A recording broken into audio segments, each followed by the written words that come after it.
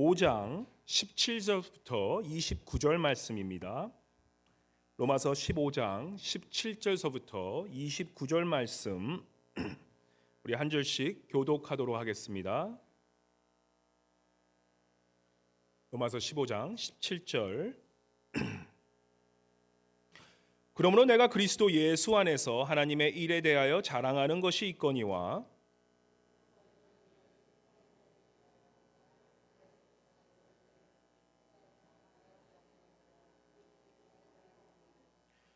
표적과 기사의 능력으로 성령의 능력으로 이루어졌으며 그리하여 내가 예루살렘으로부터 두루 행하여 일루리곤까지 그리스도의 복음을 편만하게 전하였노라.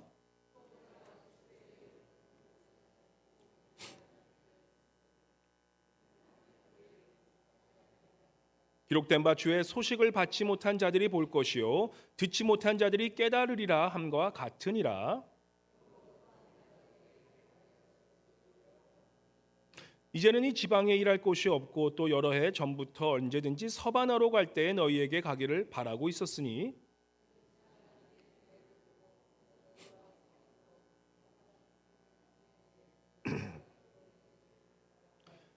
그러나 이제는 내가 성도를 섬기는 일로 예루살렘에 가노니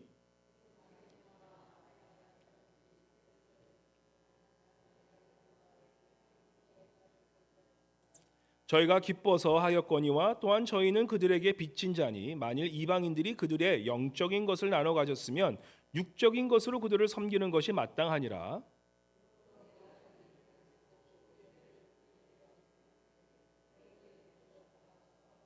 다 함께 내가 너희에게 나아갈 때에 그리스도의 충만한 복을 가지고 갈 줄을 아노라. 아멘. 임마누엘 성가대에 나오셔서 더욱 사랑 우리 찬송 주님께 올려드리겠습니다.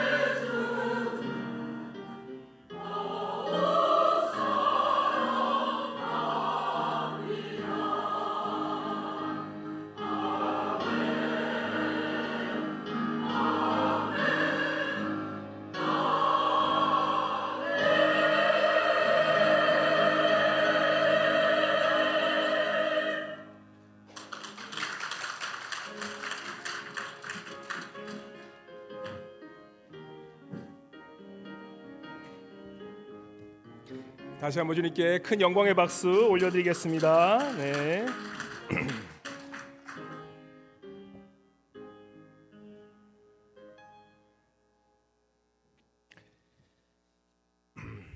할렐루야. 우리 옆에 분에게 한번 오늘은 이렇게 인사했으면 좋겠습니다. 꿈꾸는 사람이 됩시다 라고 이렇게 한번 옆에 분에게 인사해 볼까요? 꿈꾸는 사람이 됩시다. 꿈꾸는 사람이 됩시다. 네. 주무시면서 꿈꾸는 게 아니라 우리 정말 하나님의 꿈을 꾸는 그런 사람이 되시기를 축복합니다. 로마서가 이제 저희 15장 이제 다다음 정도면 이제 마지막 16장으로 넘어가고 있습니다. 우리가 참 로마서를 거의 1년 이상, 작년 보니까 제가 작년 10월 초쯤에 로마서를 강의 설교를 시작해가지고 지금 이제 한 1년 이상을 오다가 이제 1년 정도 우리가 이 로마서를 보면서 이 복음의 큰 그림을 보게 된 것 같습니다. 복음이 무엇인지 우리가 깨닫게 됐고, 또한 그 복음을 깨달은 자는 그죠? 단지 믿음으로 복음을 위해 사는 것도 중요하지만 우리가 그 복음을 믿은 자들이 이제는 깨달은 자들이 살아야 될 방향, 그죠? 우리가 성화돼 가고 예수 그리스도의 형상을 닮아가는 것 또한 복음의 한 부분이라는 것을 우리가 알게 됩니다. 그리고 그 복음을 깨달은 자의 최종 동착역은 어디입니까? 바로 사명자로 사는 것입니다. 하나님의 소명을 깨닫고 하나님이 나에게 주신 그 소명을 깨닫고 하나님께 주신 교회에 주신 또한 믿는 자들에게 주신 그 사명을 깨닫고 끝까지 사명자로 살아가는 것, 그것이 바로 복음을 깨달은 자의 삶이 된다라는 것입니다. 그래서 오늘 우리가 로마서 이제 마지막 쯤 우리가 가면서 오늘은 로마서의 그 뒷배경, 우리가 로마서의 백그라운드가 어떻게 되는지, 과연 어떠한 그런 환경에서 로마서가 쓰였는지를 조금 우리가 바라보면서, 그리고 이 복음을 깨달은 자로서 우리가 하나님의 자녀로서 어떠한 자세로, 어떠한 복음의 자세로 가지고 살아가는지를 나누면서 은혜 받으시길 바랍니다. 우리 한번 오늘 19절 말씀을 한번 다시 한번 한 목소리로 읽길 원하는데, 사도 바울이 오늘 본문 말씀 보면 17절에 보시면 하나님의 일에 대하여 자랑하는 것이 있다 그럽니다. 자랑하는 것인데 그게 무엇이냐라고 했을 때 19절 우리 말씀 다 함께 한 목소리로 한번 우리 봉독해 보도록 하겠습니다. 19절 말씀 시작. 표적과 기사의 능력으로 성령의 능력으로 이루어졌으며 그리하여 내가 예루살렘부터 두루 행하여 일루리곤까지 그리스도의 복음을 편만하게 전하였노라. 사도 바울이 지금 많은 사역을 하면서 지금 이 예루살렘으로부터 두루 행하여 일루리곤까지 그리스도의 복음을 편만하게 전하였다라고 그렇게 고백합니다. 그래서 오늘은 조금 말씀 우리 가운데 아마 수요 예배에 나오시는 분들은 아마 이 그림을 지도를 좀 보신 분이 계신데, 많은 분들이 주일 예배 나오시는 분들은 도대체 사도 바울이 어디로 선교를 했는지, 그리고 오늘 본문에서 말씀하시는 예루살렘 정도까지는 알고 있는데 저 일루리곤이 어딘지도 전혀 모르고 우리가 말씀을 대할 때가 많습니다. 그래서 오늘 제가 잠깐 지도를 보면서 2차 선교 여행, 3차 선교 여행, 사도 바울이 지금 이 예루살렘으로부터 두루 행하면서 일루리곤까지 갔다는 이 말씀이 과연 어느 정도의 여행을 얘기하는 건지 우리가 이 그림을 보면서 지도를 보면서 조금 알아보도록 하겠습니다. 우리 2차 선교 여행, 이방인들의 선교의 시작이 어디서 시작되죠? 그렇죠. 수리아 안디옥 교회. 수요 예배에 오신 분들은 이 성경의 지식이 많이 들으셨어요. 딱 보면 아시죠? 여기 수리아 안디옥 누가 파송됩니까?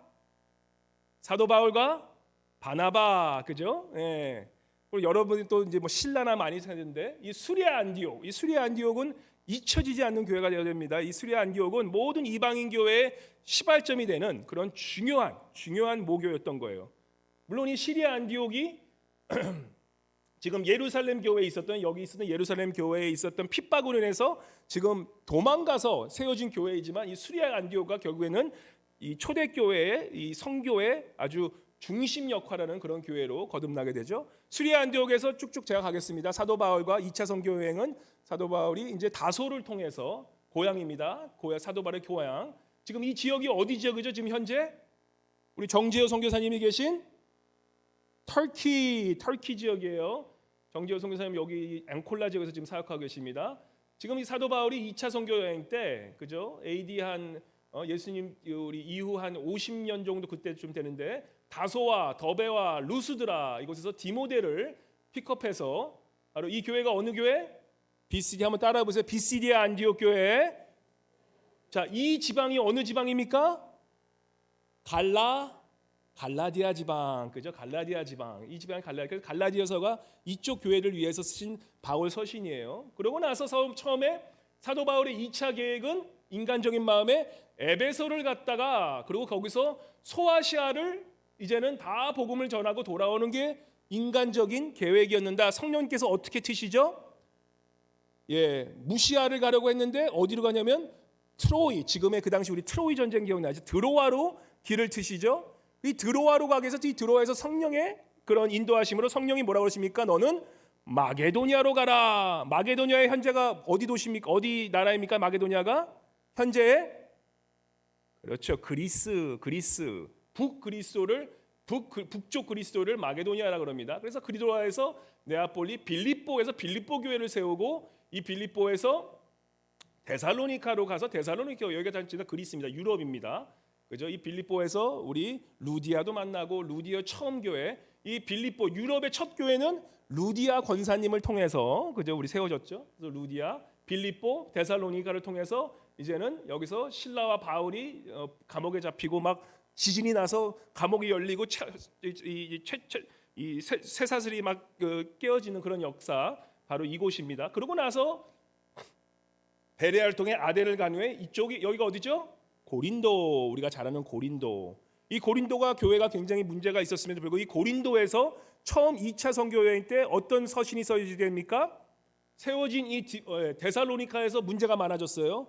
교회를 세우고 보니까 이 거짓 선지자들이 들어오고 거짓 목회자들이 들어오고 이단들이 들어와서 막 이단을 막 심는 거예요. 이단 이론을. 그래서 고린도에서 데살로니카 전후서를 쓰게 되고, 그죠? 그리고 이 갈라디아에 있는 교회 비시디아 안디옥 교회에서도 문제가 생기니까 바로 갈라디아서 복음이 무엇인지. 그래서 이 고린도에는 참 의미 있는 곳입니다.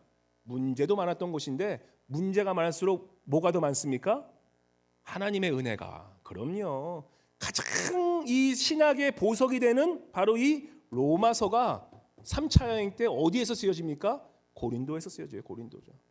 문제가 많다고 너무 어려워하지 마세요. 왜냐하면 문제가 많을수록 내 삶에 어려움이 있을수록 하나님의 은혜가 더 크기 때문에 우리는 문제 때문에 어려울 게 아니라 하나님의 은혜가 더 크겠구나를 좋아해야 돼. 그래서 고린도 교회에서 이제는 브리스계 아굴라 기억나시죠? 그래서 이 브리스 아길라와 이 실라 디모데, 브리스 아길라는 이제 이곳에서 에베소로 보낸 후에 에베소로 가서 교회를 시작하고 이 사도 바울은 데살로니가서 전후서 그리고 갈라디아서 성령의 감동으로 바울이 쓴 게 아닙니다. 성경은 성령의 감동으로 하나님의 그 감동으로 쓰신 거기 때문에 바로 이것을 성령께서 시키셔서 데살로니가 전후서 그리고 갈라디아를 쓰고 나서 집필하고 이제는 브리스 아길라는 에베소로 간 후에 사도 바울은 다시 가이사랴 예루살렘에 돌아와서 수리 안디옥으로 돌아오게 됩니다. 그게 2차 선교 여행이에요.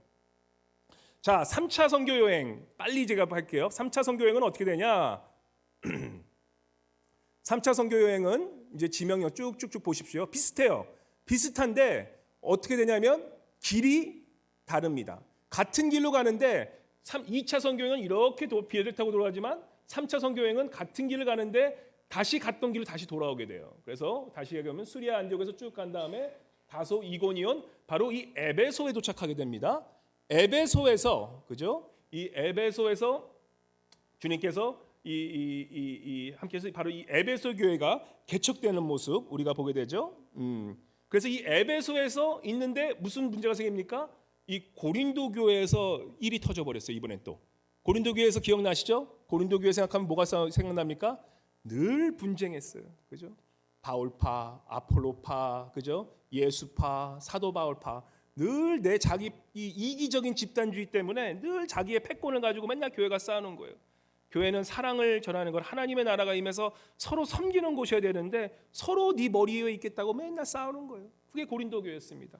바로 그런 고린도 교회를 상해서 사도 바울이 고린도 전서를 이 에베소에서 집필하게 돼요. 에베소에서 고린도 전서에 그 글을 집필하니까 에베소 사람들이 이 고린도 교회 사람들이 이 말씀 듣고 어떻게 합니까? 눈물의 편지를 보고 나서 회개하고 돌아오는 역사가 일어나요. 사도 바울이 하나님께 영광. 그러고 나서 지금 이제 이 다시 빌립보 교회를 가서 빌립보에서 고린도 후서 가는 중에 편지를 받은 거예요. 빌립보 후서 빌립보에 가서 이 고린도 교회가 다시 회개하고 이제는 내가 예수 그리스도만을 우리가 믿겠습니다. 우리 이 복음을 우리가 받아들이고 그 복음대로 살겠습니다라고 그렇게 이 디도를 통해서 오니까 사도 바울이 할렐루야 하면서 빌립보서에서 고린도 후서를 써나가기 시작하는 거예요. 고린도 후서를 성령의 감동을 쓰면서 고린도 후서 보면 사랑이 넘쳐나요. 기쁨이 넘쳐나요. 왜냐? 문제가 많았던 교회가 다시 한번 주님께 돌아오니까 얼마나 기쁜지 고린도 후서가 거기서 이 빌립보에서 쓰여진 후에 그러고 나서 데살로니카로 가서 나중에 고린도 교회를 다시 돌아와서 얼마나 그 형제들과 다시 한번 안으면서 그래 우리 서로 용서하자 얼마나 그런 기쁨의 그런 회복이 있었겠습니까? 바로 그곳에서 집필한 이 고린도에서 집필한 그 말씀 사후 서신이 오늘 우리가 배우고 있는 무슨 말씀? 로마서. 따라해 보세요. 로마서. 참 삶의 어려움이 있잖아요. 하나님의 은혜가 더 커요. 하나님에 대한 간증이 더 큽니다. 이 고린도 교회 그렇게 문제 많았던 교회 그 교회임에도 불구하고 하나님은 그 은혜를 주셔서 바로 이곳에서 로마서를 집필하게 하시고 그 정말 이 보중한 이 귀중한 이 보수 중의 보수 로마서가 성령의 감동으로 고린도에서 쓰여지고 나서 사도 바울은 이제는 여기서 돌아가서 이렇게 3차 여행을 가서 쭉 가서 3차 여행 그리고 여기서 체포돼서 이제는 로마로 환송 이제 가서 거기서 이제 2년 있다가 순교되는 그런 모습을 우리가 보게 됩니다.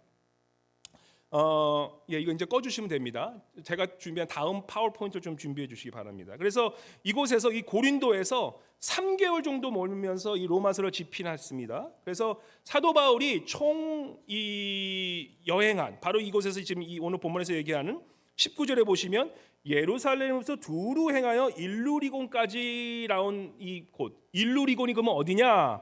일루리곤은 그 또 다른 파워포인트를 한번 보여주세요. 네. 그 일루리곤이 어디냐? 바로 아까 얘기했던 2차 선교 쭉 간 다음에 이 쭉 가잖아요. 여기서 이제 이 빌립보로 간 다음에 이 그 당시에 그리스는 마게도니아라 불렀고 그 사우스는 아가야인데 바로 이 마게도니아 북쪽 지역 지금의 알베니아입니다. 지금의 알바니아의 나라가 있는 바로 이 일루리곤 이곳이 일루리곤이에요. 그리스 북그리스도 완전 마게도니아 더 북쪽에 있는 그리스도 바로 사도 바울이 고백하는 게 뭐냐면 내가 예루살렘부터 저 일루리곤까지 그리스도의 복음을 전했다라고 얘기하는 거예요.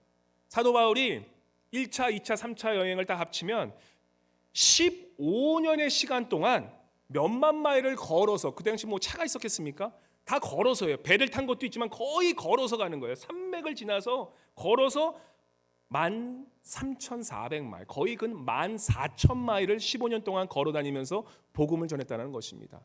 이 14,000마일이 어느 정도냐면 우리 이 앵커리지에서 서울 가는 게 한 3,400마일이에요.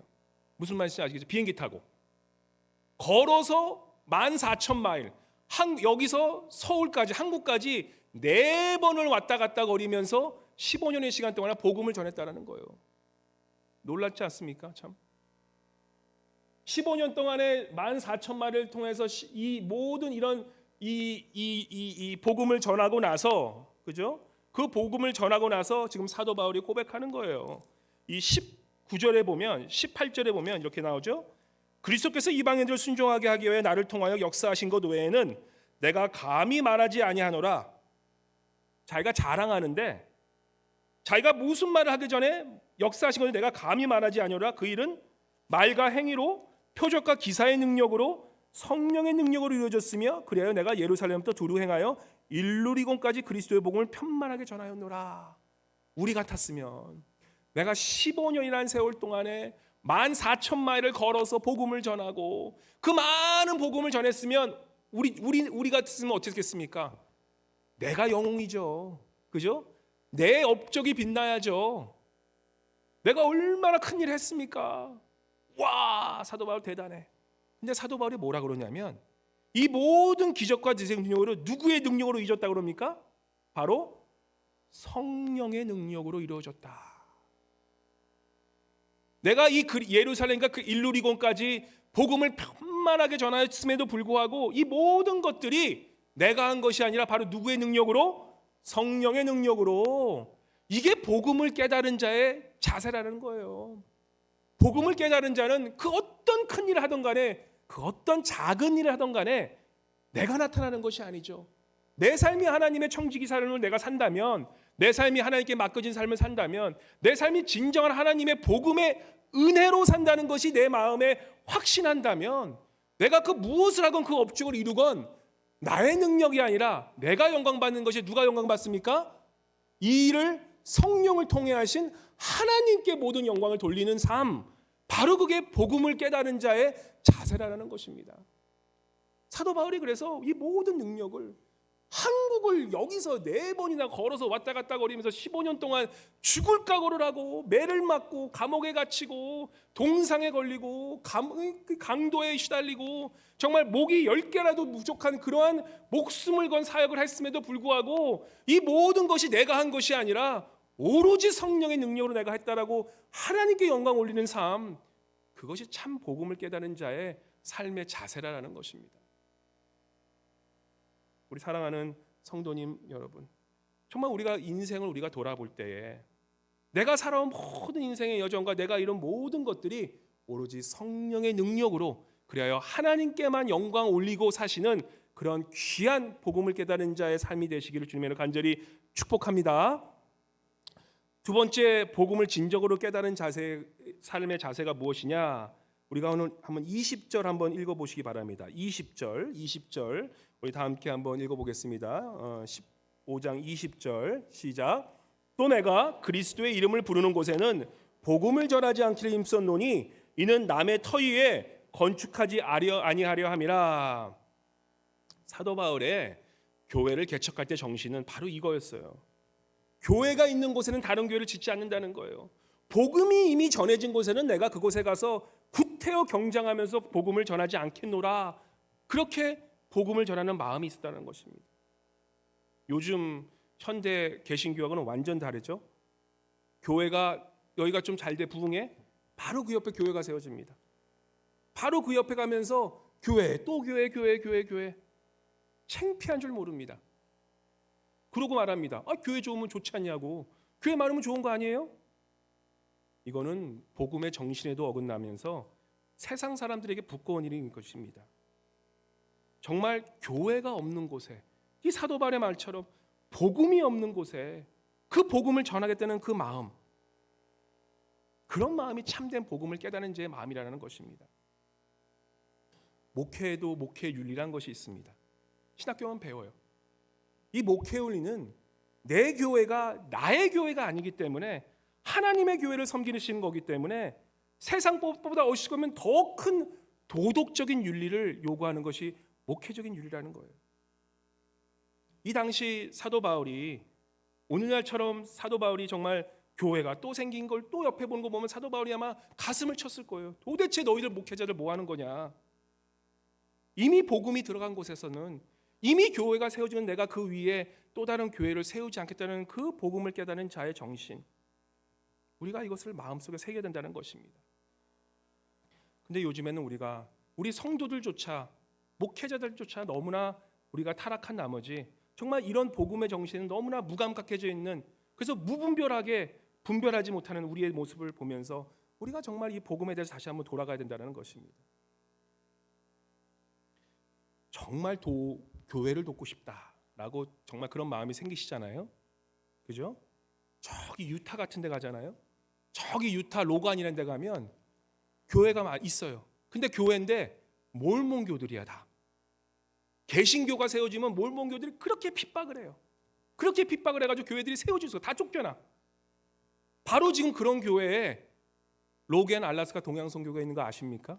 미국 교회들 다 철수하는 그 마당에 지금 로겐 알라스카 동양선교교회가 지금 25년 정도 이어지고 있어요.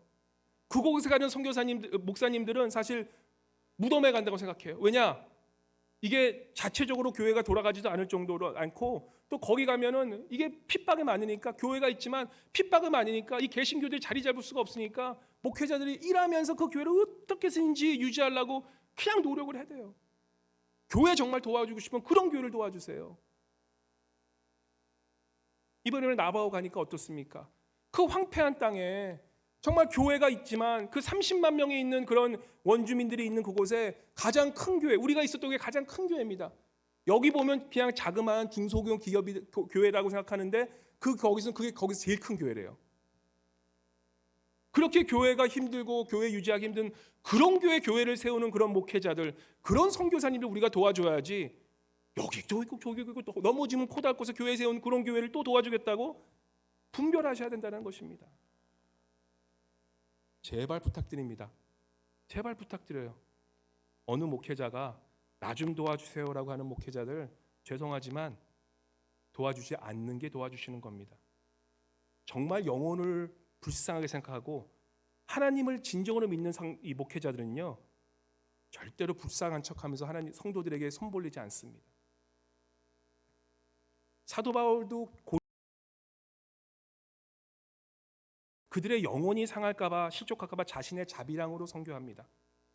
오늘 본문도 자신을 위한, 우리 여기서 이제 연보가 나오는데 이 연보를 걷는 이유 중에 하나도 자신을 위한 교회가 아니라 바로 예루살렘 본교회, 모교회가 힘드니까 오히려 지교회를 통해서 모교회를 도와주기 위해서 연보를 걷는 모습을 보게 돼요.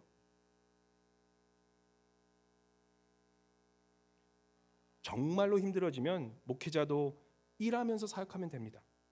혹시 불쌍해서 도와주게 되면 특별히 목회자가 배워야 되는, 선교사님이 배워야 되는 첫 번째, 하나님의 사람으로서 배워야 될, 하나님이 나를 채워주시고 하나님께서 나를 모든 것을 주신다는 그것을 경험을 못하게 되거든요.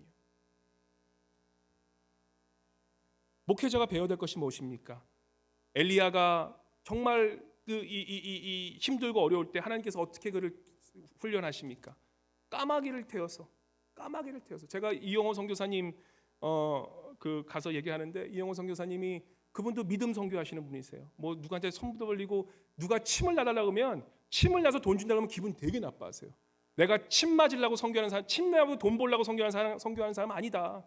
이번 우리 권사님들 내가 선교 좀 했다가 그 선교사님들 퇴짜 맞은 사람 되게 많으세요. 기분 나빠하셨어. 진짜 선교사는 손 안 벌립니다. 하나님께서 나를 굶이셔도 굶이시고 하나님께서 나를 먹이셔도 먹이시지, 사람한테 이렇게 저렇게 하면서 거지처럼 그렇게 안 해요. 정말로. 엘리야가 이영호 선생님이 그런 말씀하시더라고요. 그래서 목사님, 제가 물어봤어요. 목사님, 선교사님 힘들지 않으세요? 사모님이 그러시더라고요. 아유, 뭐 하나님께서 까마귀 보내시겠죠. 제가 그랬어요. 여기 까마귀 있어요? 까마귀가 뭐 까마귀 잡아먹을 수 있나? 너무 배가 고프시고 까마귀 잡았나 그 얘기 하죠. 근데 무슨 얘기냐면 엘리야 시대 때 엘리야가 너무 배고프고 힘드니까 하나님께서 까마귀를 통해서 뭘 주십니까? 먹을 것을 주시거든. 사역자가 배워야 될 것, 목회자가 배워야 될 것, 우리 성도들이 배워야 될 것은 뭡니까? 내가 아무리 어려워도 하나님께서 나를 채워주시고 하나님께서 나를 먹여 살린다는 그 확신이 없으면 신앙이 자라날 수가 없어요. 매일 거기서 그냥 고고 사는 거예요. 맨날 먹고 살기 위해서 그냥 살고, 맨날 먹고 살기 위해서 목회하고. 하나님을 진정으로 믿는다면 하나님께서 나를 채워주시는 여호와 이레의 하나님을 진정으로 믿고 살아가는 것이, 그게 복음을 깨닫는 자의 삶이라는 것입니다. 그래서 목회자가 선교사님이 가장 먼저 알아야 되는 게, 하나님의 나라는 뭡니까? 먹고 마시는 것이 아니요 오직 성령 안에서 주시는 의와 평강과 희락이라. 먹고 사는 것이 아니라, 살기 위해서 받으시는 생존 경쟁하는 그런 하나님의 나라가 아니라, 하나님의 나라는 오로지 성령 안에서 주시는 의와 평강과 희락인 것을 깨닫게 하는 거예요. 하나님의 나라는 또 고린도전서 4장 20절 뭐라고 합니까? 하나님의 나라는 말에 있지 않고 성령이 주시는 그 능력 안에 있다는 것을 깨달아야지만 그 다음부터 사역이 되는 건데, 우리가 조금 도와주겠다, 조금 도와주겠다 이러면서 목회자의 길을 망치게 되는 거예요. 특별히 선교사님들 중에서도 습관적으로 자꾸만 헌금해달라고 하시는 분들, 이것 좀 내가 좀 도와주세요 하는 분들, 물론 진짜 선교 사역이 힘들어서 그것이 필요한 것들 우리가 분별하셔야 돼요. 근데 그게 아니라 습관적으로 자꾸 어려우니까 좀 도와주세요 하는 분들, 오히려 그분에게 도움 안 주는 게 하나님을 도우신 것을 알지 바랍니다. 그분을 내가 내 만족으로, 내 의로 도와주면 하나님의 일을 방해하게 되거든요. 이렇게 또 말씀드려도 우리 또 알라스카 동양성교 성도님들 너무 마음이 착하세요. 너무 고와. 아유, 목사님 그래도 불쌍한데 어떻게, 목사님 너무 매정하셔, 그죠? 그렇게 정말 주고 싶고 정말 베푸고 싶으면 다시 말씀드리지만 자꾸 손 벌리는 그런 목회자들 끊어버리시고, 저 유타교회 저한테 말씀만 하세요. 내가 얼마나 힘들면서도 그 목회지에서 그 시골 현장에서 비자립 교회에서 그거를 그냥 교회를 어떻게 이겨가려고 하는 그런 목사님들, 선교사님들이 얼마나 많은데 무궁무궁해요. 그런 분들 보내셔서 선교 자금 쓰시고, 유타 저 올라스카 로크 동양선교회 저 솔레이크시리에서 저 몰몬들에서 가장 개신교 우리 교회를 그냥 세우기 위해서 노력하시는 그런 분들에게 60시간 일하시면서 교회 세우겠다고 그렇게 하시는 그런 분들에게 선교 헌금 보내시고 목회자 도와주시는 그런 우리 성도님 되시기를 바랍니다. 기억해 주세요. 그걸 한번 따라해 주시기 바랍니다. 좋은 성도는 목회자가 만들고, 좋은 목회자는 성도들이 만든다. 다시 한번 따라해 보시기 바랍니다. 좋은 성도는 목회자가 만들고, 좋은 목회자는 성도들이 만든다. 아멘. 주님을 위해 복음 위에 섬기시는 분들 정말 지혜 있고 우리가 분별하면서 도와줘야 됩니다. 복음은 나의 유익을 위해 쓰이는 것이 아니라 오직 하나님의 확장만을, 지금 이 사도 바울의 순수한 동기로서 내가 복음을 이름이 그리스도 이름이 부르는 곳에는 복음을 전하기 않기로 힘썼노니 이는 남의 터 위에 건축하지 아니하면 이 말씀을 기억하면서 복음이 없는 것에, 정말 교회가 필요한 것에 교회를 세우시는 그런 분들 찾아서 도와주시는 우리 여러분, 저와 여러분 되시기를 바랍니다. 마지막으로 진정으로 복음을 깨달은 자가 어떻게 하냐 보면, 이제 사도 바울이 여기서 그 19절 말씀 보면 이렇게 고백하죠.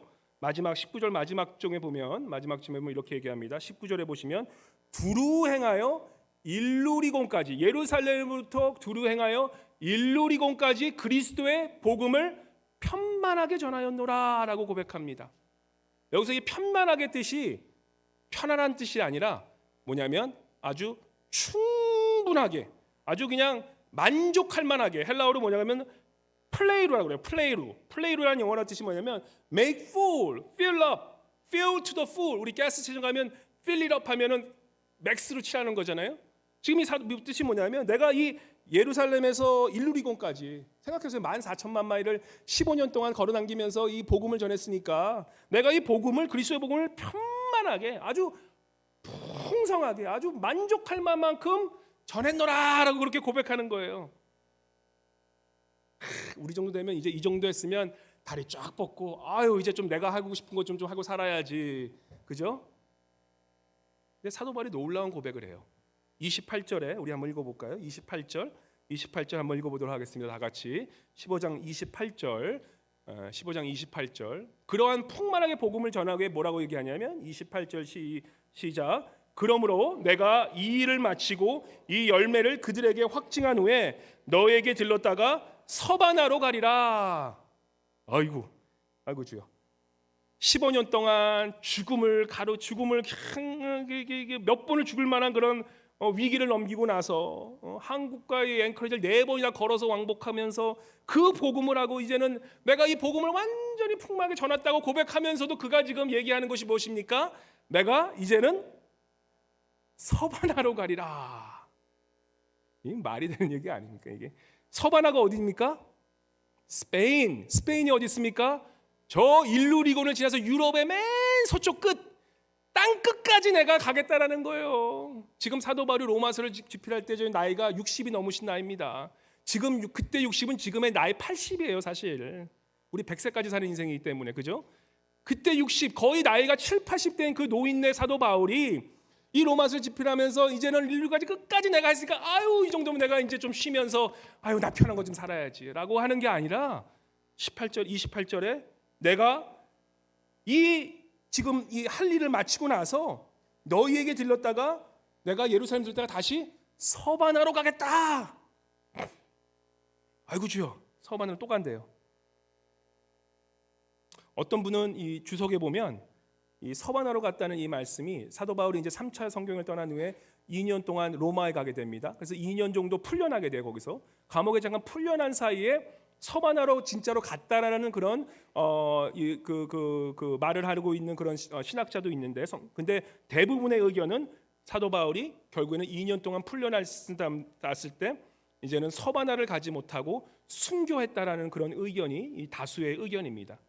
그가 뭐 서반을 갔다 안 갔다가 중요한 것이 아니라 그의 마음은 그 마음 속에 내가 죽을 때까지 서바나를 꿈꾸면서 그 로마 감옥에 갇혀 있다라는 거예요.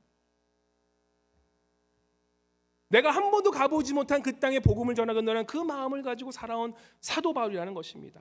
마지막까지 선교를 꿈꾸며 있었던 그 사도 바울의 마음이라는 것입니다. 하나님의 사람들은요, 이 공통점이 있어요. 제가 잘 보니까 하나님의 사람은 뭐가 있냐면 그 마음속에 꿈틀거리는 꿈이 있어요. 나이에 상관이 없습니다. 정말로 복음을 깨닫고 하나님의 은혜를 깨닫는 자의 마음속에는 나이에 상관없이 그 안에 꿈이 있다는 거예요. 나의 꿈이 아니라 하나님이 주신 꿈이 내 안에 살고 있다는 것입니다. 요즘 우리 창세기 배우면서 요셉 등장합니다. 형제들이 요셉을 보면서 뭐라 그럽니까? 요셉이 오니까 사람들이 여기 꿈꾸는 자가 오니라. Here comes a dreamer. 그 드림 때문에 사실 요셉이 엄청 시련을 당하지 않습니까? 아브라함이 저 수많은 별들을 보면서 무엇을 꿈꿉니까? 하나님 주신 약속, 저 별들처럼 너의 자손들이, 하나님을 경배하는 자손들이 저 별처럼 수많아질 것이라는 그 꿈을 아브라함이 꾸게 됩니다. 우리가 배웠던 야곱 무슨 꿈을 꾸고 있습니까? 저 베델에서 지금 다 잃어버리고 어떻게 보면 쫓겨가는, 그죠? 하란으로 쫓겨가는 그 순간에서 돌베개를 메고 무슨 꿈을 꾸게 됩니까?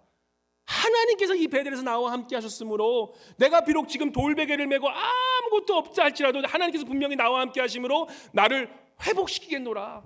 하나님께서 반드시 나를 이 땅에 다시 돌아오게 하시고 하나님께서 나의 여호와 하나님 되심으로 내가 잃었던 모든 걸 다시 한번 회복시키냐는 그런 꿈을 야곱이 베델에서 꾸게 되는 것입니다. 모세가 저 황무지 광야에서 40년 동안 정말 이 호플레스, 정말 절망에 빠진 저 이스라엘 백성들을 끌고 다니면서 무슨 꿈을 꿉니까? 저 가나안 땅에 이제는 하나님의 나라, 바로 하나님의 나라를 상징하는 그 이스라엘이, 그 12지파, 아브라함의 그 12지파가 저 가나안 땅에 세워진 것을 꿈꾸며 모세가 리더가 되지 않습니까?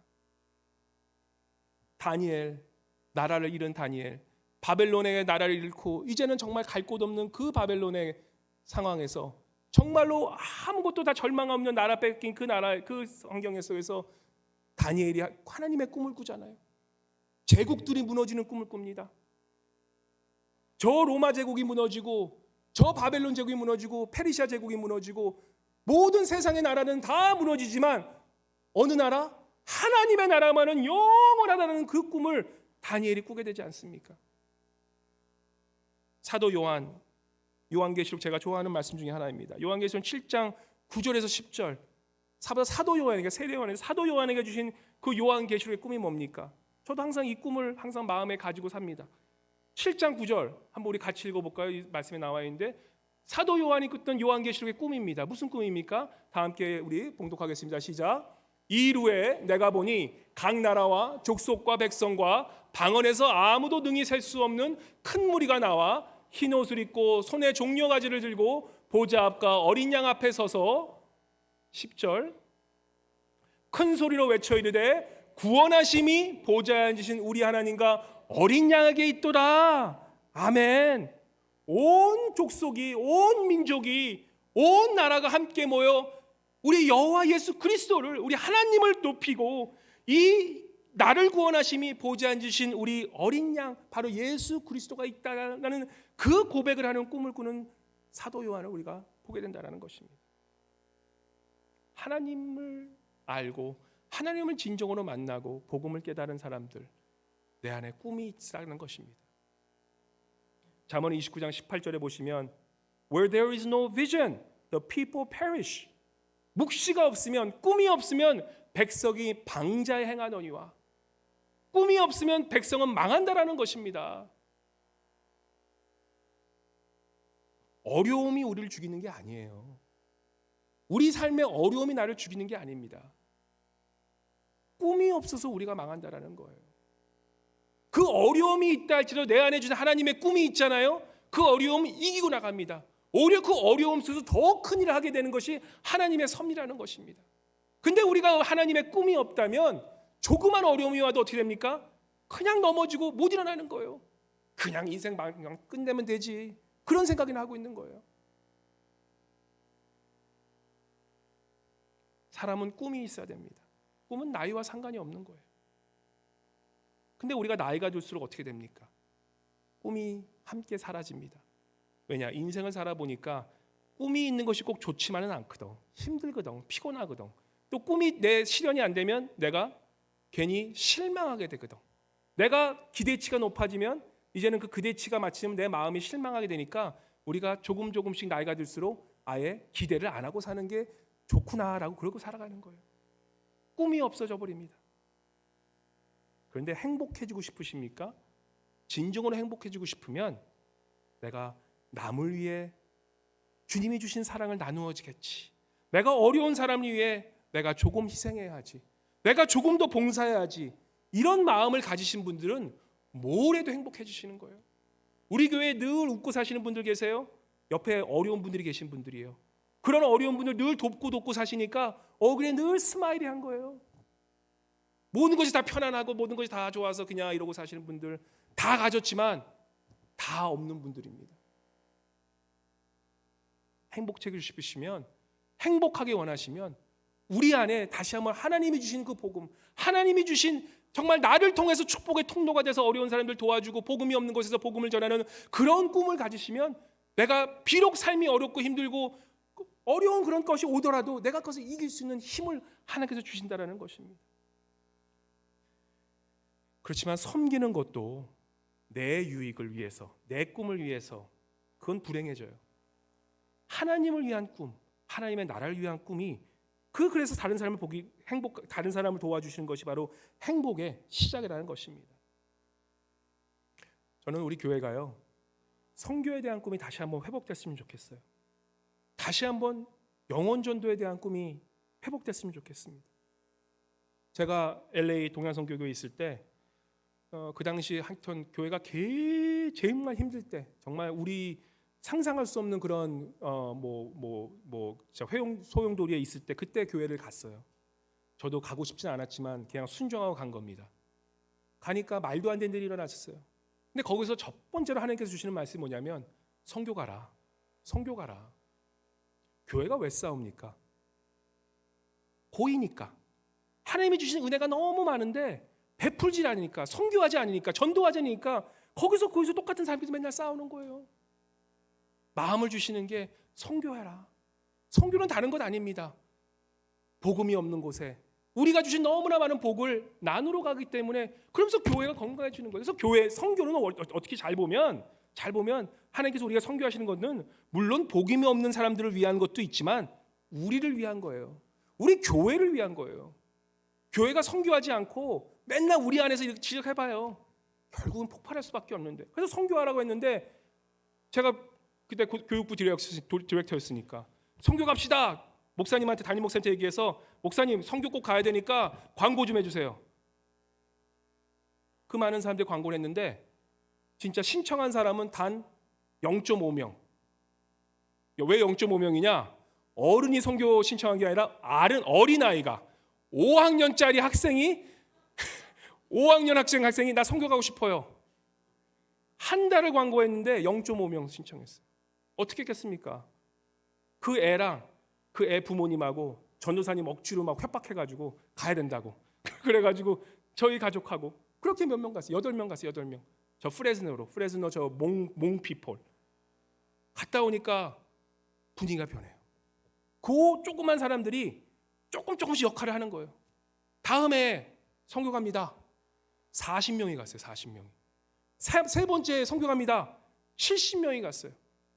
유타 선교 갈 때 가족들하고 어린아이서부터 할아버지서부터 다 같이 갔어요. 그렇게 선교를 갔다 오니까 교회가 어떻게 했습니까?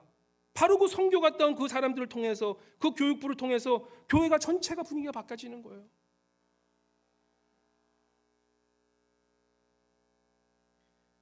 선교는 남 좋아하는 것도 할 수 있겠지만 선교를 통해서 우리가 그 축복을 흘러나가게 하는 이 썩인 것, 고인 것들이 흘러나게 하는 그런 능력이 성교 안에 있다는 거예요. 그래서 하나님은 자꾸 떠나보신 이유가 있다는 거예요. 그게 신령한 복이 흘러나가면서 하나님의 복이 더욱더 넘쳐나게 하는 그 신령한 그 복의 원칙, 그 원리가 바로 성교, 전도 훈련, 바로 전도를 통해 있다는 것입니다. 내가 가진 이 복을 나누지 않으면 그것은 썩을 수밖에 없고 그것이 오히려 더 독이 돼서 냄새나게 되거든요. 자꾸 나눠야 된다는 거예요. 가든지 보내든지 선택하시기 바랍니다. 가면도 좋지만 못 가는 사람들, 가는 분들 축복해 주시고 나도 언젠가는 갈 수 있도록 그렇게 기도하고 사시길 바랍니다. 내년 필리핀 선교 3월 달에 말에 있습니다. 4개월밖에 남지 않았어요. 벌써 많은 분들이 갈 것 같습니다. 늦가을에 터키 선교 지금 준비하고 있습니다. 비행기 티켓도 750불밖에 안 한대요. 나 목사님 돈 없어서, 목사님 너무 배부른 소리 하시는데 나 돈 없어서 어떻게 선교 갑니까? 어떻게 하면 손가락 빨고 있는데 그때 PFT 나올 때예요. 10월 달 PFT 나옵니다. 돈 없다고 선교 못 간다는 핑계 대지 마세요. 맨날 PFT 나오면은 그냥 레스토랑 가서 맛있는 거 드실 생각만 하지 마시고 비행기 티켓 750불밖에 안 하니까 그것도 터키인데 미리미리 준비하셔서 PFT 나오면 내가 매일 PFT 나오는 거 내가 선교 한번 가겠다. 그거 쓰시면 되는 거예요. 제가 아시는 치과 의사분이 한 분 계셨는데 그분은 치과 의사인데 얼마나 치과 의사 바쁩니까? 치과 의사는 또 자기가 일 안 하면 돈 못 버는 직업이에요. 사람들 하야하지 않는 이상은. 근데 그 치과 의사는 자기가 개인이 하는 분인데 매 11조를 드리지만 또 11조 플러스 자신의 시간 11조를 드리기로 헌신하신 분이세요. 근데 그분이 그렇게 하는 이유는 선교로 갔다 하면 너무너무 신나요. 자기가 왜 의사가 됐는지를 늘 기억하고 살게 된다는 거예요. 치과 의사 하면서 처음에는 그냥 좋게 갔다가 어려운 사람 도와주고 그러니까 이제 돈이 우상이 돼 버리니까 일하는 것도 재미없어지는 거예요. 치과 의사가 자살률이 제일 높습니다. 근데 그분이 그렇게 선교하고 하니까 너무 신나는 거예요.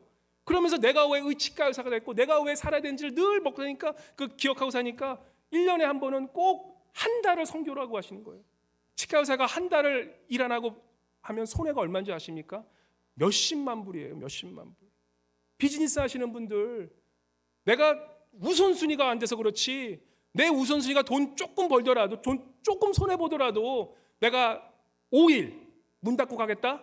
그 우선순위가 있으면 문 닫고 가세요. 특별히 앵커리지는 죄송한 얘기지만 많이 그렇게 하시잖아요. 잘 되는 가게 갈수록 자기 멋대로 문 닫더라고 보니까 여기는. 그죠? 요즘은 베트남 음식 좀 많이 베트남 음식으로 잘 되는 데 가면 거의 뭐 하루에 2시간씩 열어. 돈이 목적이 아니라 하나님의 나라를 위해 목적을 산다 그러면 그까지 가게 조금 닫아? 올 손님은 와요. 단골 손님은 더 많이 찾아옵니다. 하루 한 끼 안 먹으면 그죠? 다음번에서 2개 사가요. 미국에서 가장 잘 나가는 프랜차이즈 가게 중에 칙필레라고 있어요. 칙필레. 5,000개, 스토어가 10,000개예요. 10,000개. 맥도날드 같은 스토어인데 거기 창업주가 하나님을 믿는 사람이에요. 썬데이 가장 바쁠 때예요. 레스토랑. 그것도 프랜차이즈 하는데 프랜차이즈 그 하는 100만 불 주고 프랜차이즈 하는 그 사람들에게 조건을 걸어요. If you open on Sunday, you will lose your license. 하루에 그 매상 문 닫으면 하루에 잃어버린 돈이 2만 불, 3만 불인데 그러면 한 달이면 10만 불인데 그거 사인 안 하면 프랜차이즈 안 주는 거예요. 그런 각오로 하니까 비즈니스가 되는 거죠. 몰몬교. 우리가 2단이지만 배워야 될 건 배워야 되는 거예요. 몰몬 선교 한번 가보세요. 거기 안에 디파트먼트 스토어 거의 매상이 1년에 제가 듣기로는 한 $800 million 그래요. 1년에. 근데 그 몰 전체 수백 개 있는 그 몰이 주일은 문을 닫습니다. 주일날 저기 사울레이크시티 가서 무슨 여행 쇼핑한다? 아무데도 여는 곳이 없어요. 이단들도 그만큼 지조를 가지고 하나님의 나라가 우선이한 것을 짓고 사는 거예요. 근데 믿는 우리들이 그렇게 하면 안 되겠죠? 자꾸 잔소리처럼 들리면 안 되겠죠? 그만. 이번에 그래서 내년에 저희가 3월 달에 필리핀 선교 가고 9월 달에 10월 달에 터키 선교 가고 그리고 또 정말로 비즈니스 바쁘셔서 하신 분들이 있잖아요. 그런 분들을 위해서 저희가 여름에는 우리 교육부 아이들과 같이 한 3박 4일 정도 갈 수 있도록 그거 이제 교육부 분들과 이제 상의하고 있고, 또 하루 정도 그냥 우리가 페어뱅스나 여기 근처에 네이티브 빌리지 선교 갈 수 있도록 그것도 준비하고 있어요. 그래서 우리 온 성도님들이 그래도 한 번 정도는 선교에 동참, 1년에 한 번 정도는 내가 하루라도 선교에 동참하겠다, 그런 마음을 가질 수 있도록 그렇게 계획을 세우고 있습니다. 그러한 마음을 가지시고 한번 내년을 꿈꾸면 어떠신지 그렇게 생각하고 있습니다.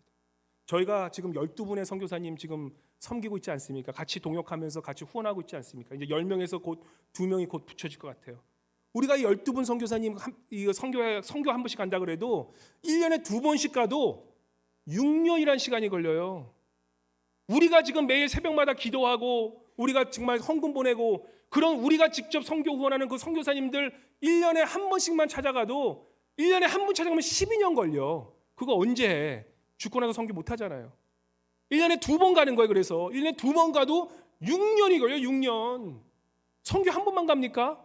2번 이상은 가야 되잖아요. 그러면 10년 동안에 우리가 후원하는 선교사님들 다 못 찾아가는 그런 시간이에요. 선교 한 번 가는 거 결단하셔야 되는 겁니다. 제가 이것만 하고 마칠게요. 제가 가신 그 선교 가서 가장 고령자가 누구냐면 86세 드신 엄한강 장로님이 계세요. 옛날에 한의원 하셨던 LA에서. 그분하고 같이 선교를 갔었어요. 86세셨어요. 그 당시 그분이 3박 4일을 멕시코 어려운 곳에 가서 선교하시는데, 그분이 85세 때 말라위랑 케냐를 한 달을 선교를 갔다 오셨어요. 팔팔 나십니다. 그러고 88쯤에 돌아가셨는데, 나이가 많다고 선교 못 간다? 핑계예요. 지금부터 열심히 그냥 건강해질 건강하지 말고 내가 선교 가기 위해서 요즘 이번에 나바오 선교 가신 분들 철저히 깨닫으신 거예요. 요즘 운동 많이 하신다고 그러더라고요. 왜 이렇게 운동 많이 해요? 아이고 내가 필리핀 가서 좀 내가 짐이 되지 안 되지. 그래서 내가 운동 많이 한다고. 줌바 열심히 하신대요. 저 필리핀 가서 열심히 사역하기 위해서. 운동 그냥 내가 무슨 이유가 있어서 건강해져야 될 거 아니야. 몸만 건강해지면 뭐 하실 거예요? 죄만 짓지. 선교지 가서 내가 나이가 들더라도 내가 하나님의 나라를 위해서 건강해져야지. 하나님의 나라를 위해서 돈 벌어야지. 하나님의 나라를 위해서 내가 정말 쉬지 않고 일해야지. 그런 목표가 있는 분들은 행복해진다는 것입니다. 임동서 목사님, 이것만 할게요. 91세에 이분이 사람들이 반대하는데 저 남미 선교 가셨어요. 저 고지, 페루의 저 고지, 거기 그 진짜 7,000피트 거기 올라가면 젊은 저도 막 30분이면 숨을 못 쉬는데 91세에 거기 가셔. 선교하시고 한 달을 선교하고 다녀오셨어요. 물론 갔다 오셔서 폐렴에 걸리셔서 힘드셨지만 그래도 그 마음이 웃지 못할 일이에요, 진짜. 저는 처음에는 저렇게 진짜 저도 그랬어요. 제가 이제 공항에 배웅을 나가는데 아니 저 어르신이 지금 성도들 다 왜 기도하게 만드나? 91살이면 그냥 채통직수 교회에 계시지. 그 마음이 사도 바울의 마음이었던 거예요. 내가 복음을 편만하게 보냈지만, 내가 인생을 정말 하나님 위해 살았지만, 내가 죽을 때까지라도 서바나를 가서 선교하겠노라는 그러한 마음이 있은 그 사도 바울의 마음, 그것이 진정으로 복음을 깨닫는 자의 마음이라는 것입니다. 우리 사랑하는 성도 여러분, 여러분의 서바나는 어디 있습니까? 여러분의 서바나는 무엇입니까? 여러분은 무슨 꿈을 꾸며 살아가고 계십니까?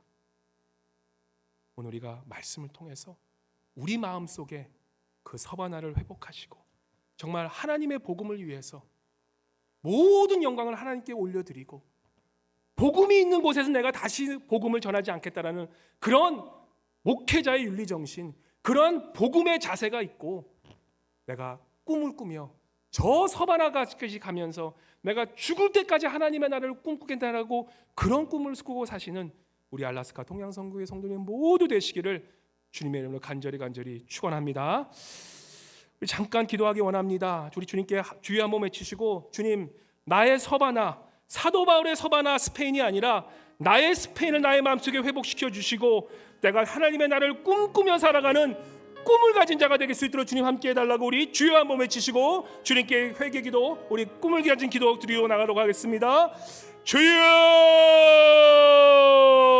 사랑해 주님 감사합니다. 주님 우리 마음속에 임재하여 주시옵소서. 성도들의 마음속에 성령이 임하여 주셔서 주님 성교를 꿈꾸며 서반환을 꿈꾸며 가는 우리 교회 되게 도와주시옵소서. 아버지 나이에 상관없이 금화에 상관없이 정말 주님 저 우리의 자녀들이 아버지의 예수 그리스도의 꿈을 꾸며 아버지 우리 늙은이들이 꿈을 꾸며 아버지 젊은이들이 비전을 보는 그런 아름다운 교회 될 수 있도록 성령의 우리 마음속에 차정하여 주시고, 혹시 이 시간 주님 꿈이 없어 좌절하고 있는 주님의 성도들에게 그 꿈을 회복시켜 주시고 그 마음속에 하나님의 나라를 회복시켜 주시옵소서. 감사드립니다. 모든 말씀 살아계신 주 예수님 이름으로 기도합니다.